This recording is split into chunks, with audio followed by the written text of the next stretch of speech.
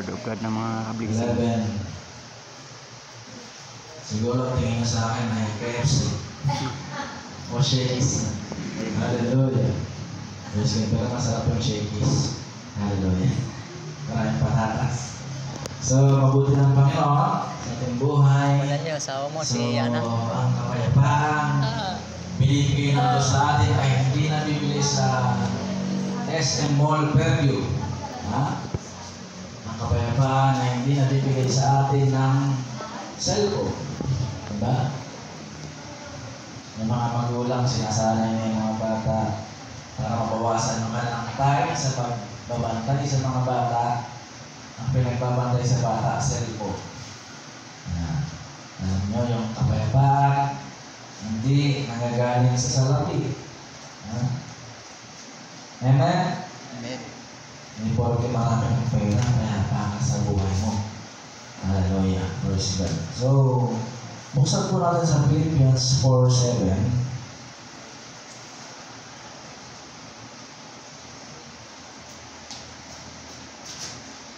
At ang di malirik na kapayapaan ng Diyos ang mag-iingat sa inyong puso at pag-iisip sa pamamagitan ni Kristo Jesus.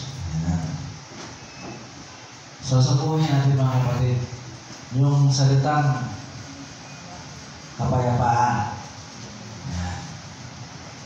Ito ba ay tulad ng isang huni ng ibon? Diba yung mga narinig ng huni ng ibon? Yan ba yung kapayapaan? Ito ba ay parang lagas-las ng sapa o lagas-las ng isang batis? Yan ba yung kapayapaan?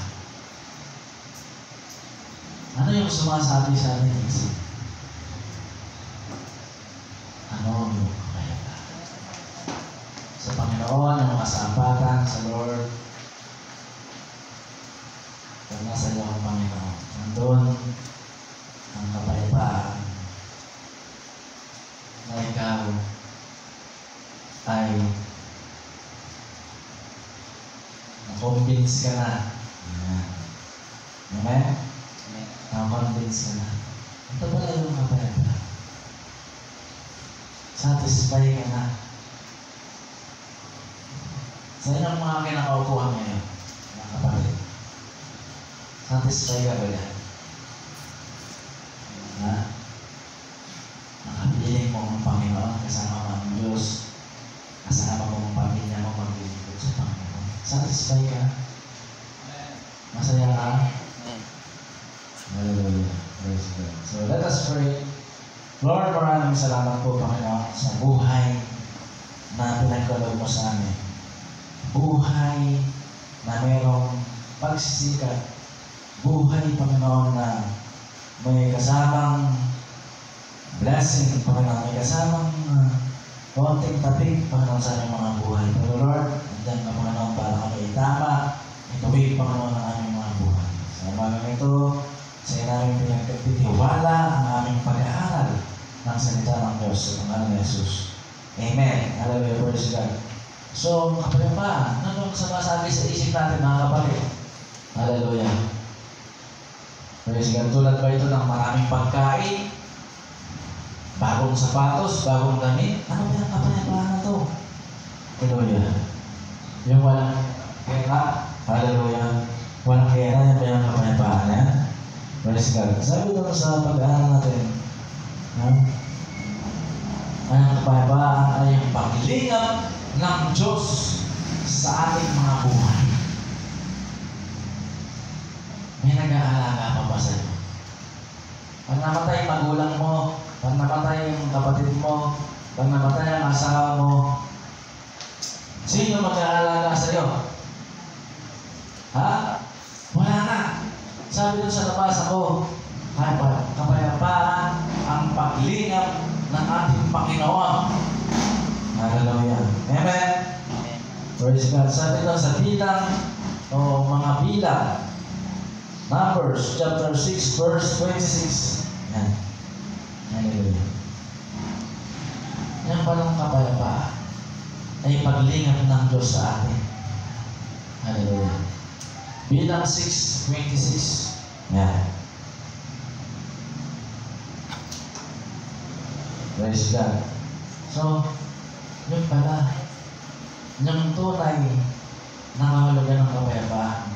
Yung kapiling mo ang Diyos at siya yung nag-aalaga sa'yo. Yan. Hindi naman mabigay ng asawa mo. Amen? Amen.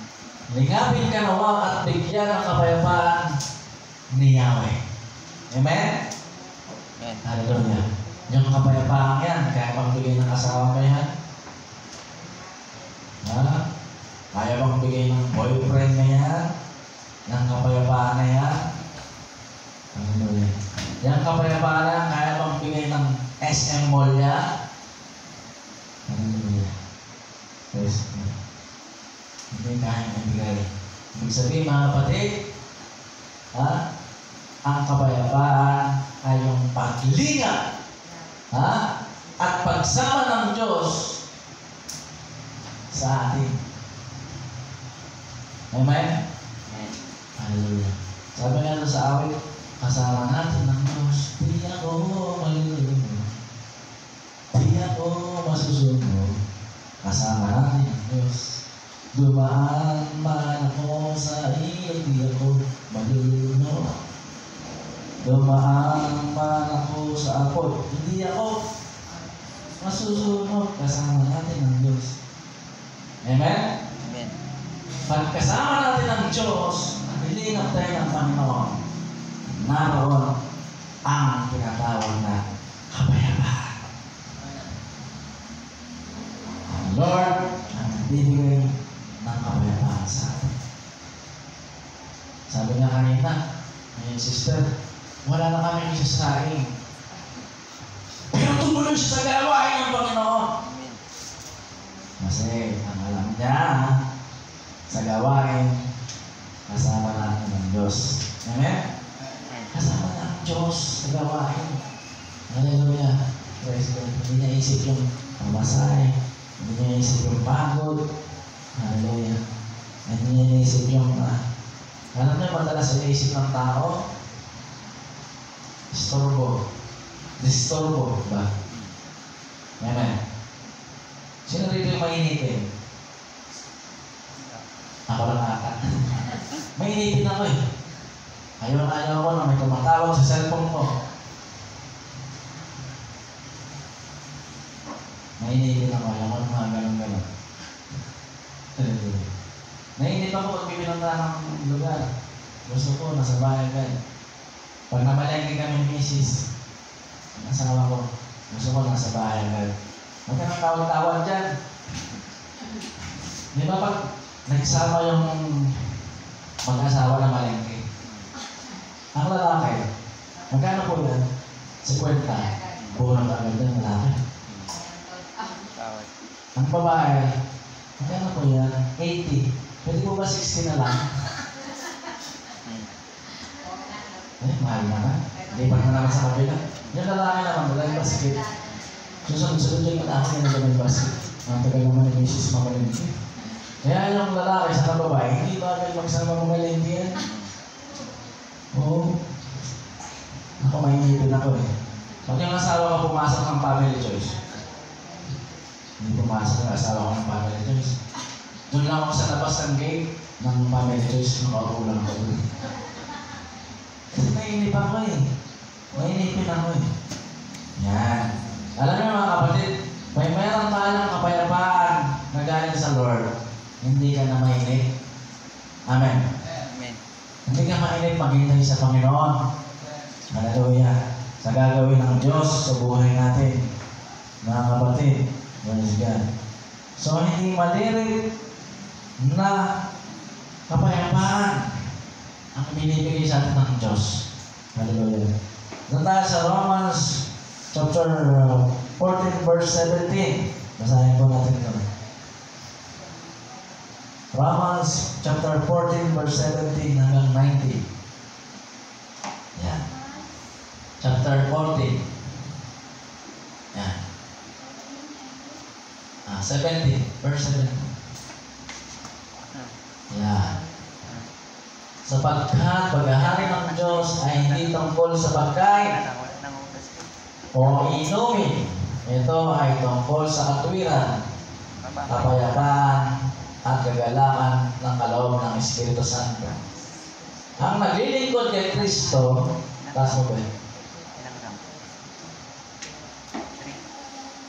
Ang naglilingkod kay Kristo ng ganitong kaisipan ay kinalulugdan ng Diyos at ginagalang ang mga tao.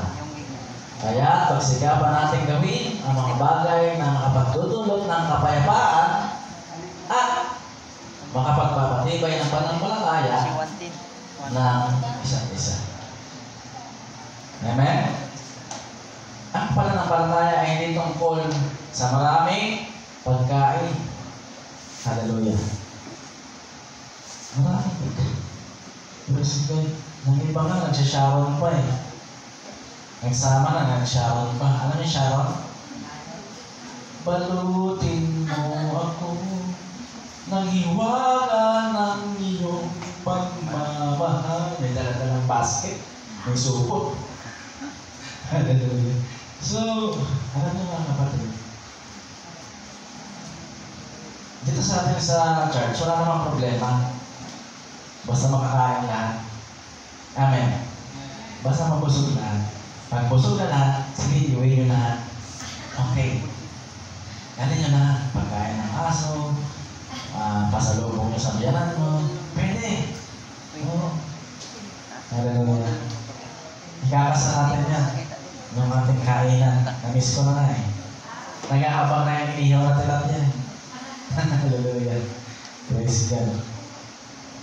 Sabi niya, kaya ang pananampalataya ay bunga ng kaya, 14 pa na.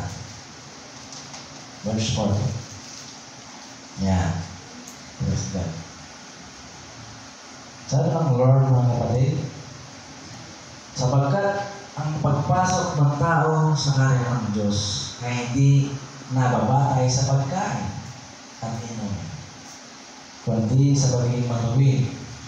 Pagkasundo-sundo, kagalangan ng tawa ang kaloob ng Espiritu Santo. Ang naglilingkod ng gayon kay Kristo ay ginalulugdan ng Diyos ang ginagalang ng mga tao. Kaya pagsikapan natin gawin ang mga bagay na makapagdudulot ng kapayapaan at nakakapagpatibay sa isa't isa. Yan. Yung gusto natin gawin. Amen? Gawin natin yung nakakapagpalakas. Tama, yung pagkatapos natin magkain at sharing the Word of God. Yan. Nakapagpalakas na. Kamusta ka na, brother? Napagin mo sa balikat. Brother, anong problema mo? Yan. Napagin mo sa balikat. Ang palakasan. Hallelujah. Amen? So, sikapin, magkaroon ng kapayapaan. Hallelujah. Praise God. So, sabi rito sa sa Matthew chapter 6, verse 25 hanggang 34. Matthew chapter 6, verse 25 hanggang 34. Yan, matatapos na tayo. Matthew chapter 6, verse 25.